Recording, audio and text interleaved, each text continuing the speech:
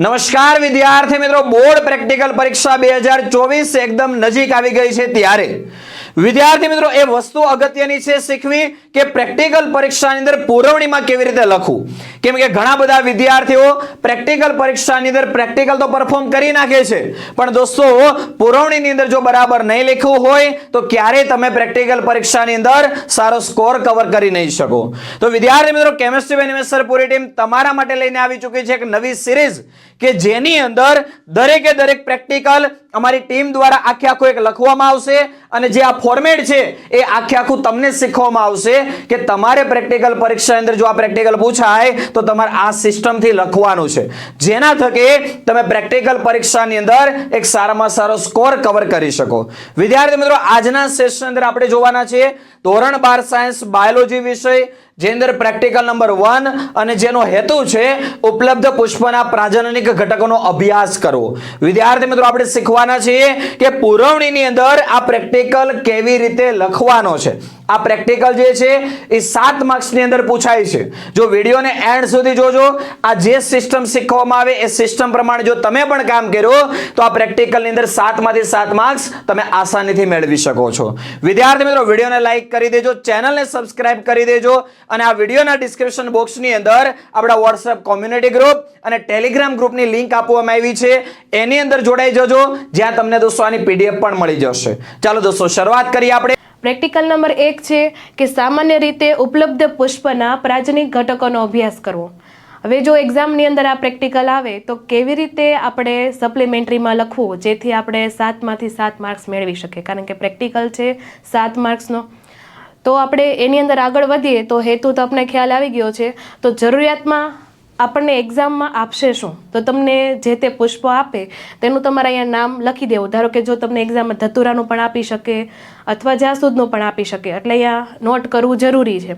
પછી એના માટે જરૂરી સાધનો કયા, એટલે જો તમે ડિસેક્શન બોક્સ લઈને જાઓ તો એમાં બધી જ વસ્તુ આવી જવાની છે, પણ સપ્લિમેન્ટરીમાં લખવું, જેમ કે સોય છે, ચીપિયો છે, blade, brush, slide, cover slip, watch glass, બિલોરી કાચ, પછી સરળ વિચ્છેદક સૂક્ષ્મદર્શક યંત્ર અને સૂક્ષ્મદર્શક યંત્ર.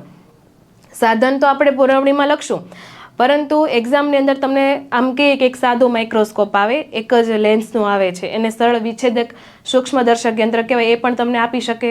અથવા જે 2 લેન્સવાળું છે, એક 10x નો આવે, એક 45x નો લેન્સ આવે, એવું પણ તમને માઇક્રોસ્કોપ આપી શકે છે. તો આપણે ખાસ કરીને જરૂરિયાતમાં એનો ઉલ્લેખ કરવો. બીજી વસ્તુ કે આટલું આપણે સપ્લિમેન્ટરીમાં લખી દઈએ છીએ અને આપણે એક્ઝામમાં ડિસેક્શન બોક્સ લઈને જવાનું રહેશે, પુષ્પ લઈને જવાનું નથી, કારણ કે એ લોકો આપશે ત્યાંથી.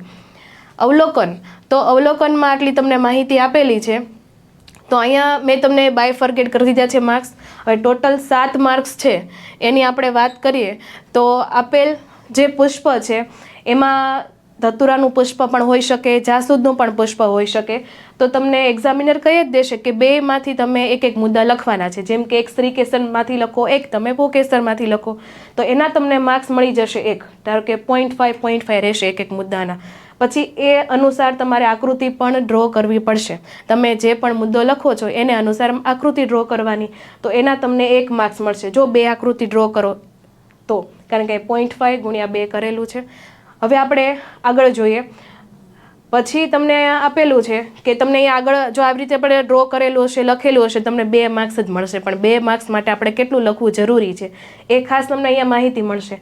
કે જો તમને આપેલ પુષ્પ ધતુરાનું હોય તો તમને આ કામ લાગશે. જો એમાં પુકેસર હોય તો અહીંયા મેં તમને આટલા મુદ્દા લખી દીધેલા છે. એક્ઝામમાંથી તમે કોઈ પણ મુદ્દો લખી શકો છો, કારણ કે તમને એક મુદ્દો લખવાનો કીધો છે, પણ જો તમને વધારે આવડતું હોય તો લખવું.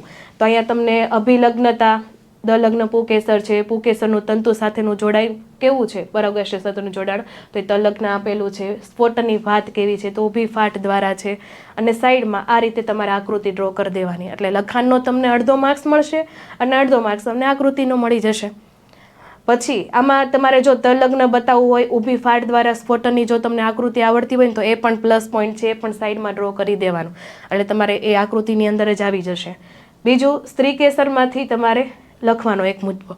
તો અહીંયા તમને બીજા શયનું સ્થાન આપી દીધું, અધોજય છે, સંલગ્નતા તમને યુક્ત સ્ત્રીકેસરી, કોટરની સંખ્યા છે દ્વિકોટરીય અને જરાયુ વિન્યાસ છે અક્ષવર્તી. તો આપણે અહીંયા સ્ત્રીકેસરની આકૃતિ મૂકી દીધેલી છે. પ્લસ જો આના અનુસાર તમને અક્ષવર્તી જરાયું વિન્યાસ બતાવવો હોય તો પણ સારું, બતાવી દેવાનો. દ્વિકોટરીય બતાવવું છે અથવા યુક્ત શ્રી કે શ્રી આકૃતિ ડ્રો કરીને બતાવવું છે તો પણ એ સારું છે, બતાવી શકાય છે. પણ આકૃતિ દોરવી, જો તમને નહીં દોરો તો માર્ક્સ નહીં મળે.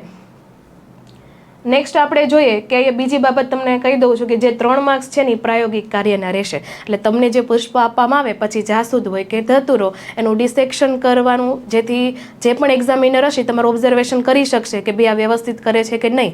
એના અનુસાર તમને 3માંથી માર્ક્સ મૂકશે. બીજી વસ્તુ કે જે 2 માર્ક્સ છે એ મૌખિક પ્રશ્ન, એટલે કે જે આપણે વાયવા કહીએ તે વાયવાન 2-3 પ્રશ્ન પૂછશે એના રિલેટેડ. તો આવી રીતે તમારો જે ટોટલ 7 માર્ક્સનો પ્રેક્ટિકલ છે એમાં 2 માર્ક્સ તો આપણે લખાણમાં જતા રહ્યા, 3 માર્ક્સ પ્રાયોગિક કાર્યના અને 2 માર્ક્સ છે એ મૌખિક પ્રશ્નના છે.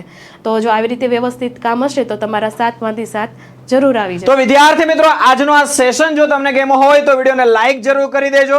આ વિડીયો દોસ્તો તમને કેવો લાગ્યો છે કોમેન્ટ કરીને જણાવી દેશો અને ચેનલને સબસ્ક્રાઇબ કરી બેલ આઇકન બટન પર ઓલ નોટિફિકેશન ઓન કરી દેશો, જેથી દરેકે દરેક સેશનની માહિતી તમારા સુધી દોસ્તો પહોંચતી રહે.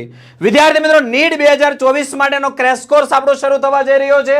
આ ક્રેશ કોર્સ જે છે ઓનલાઈન તથા ઓફલાઈન બંને માધ્યમની અંદર અવેલેબલ છે.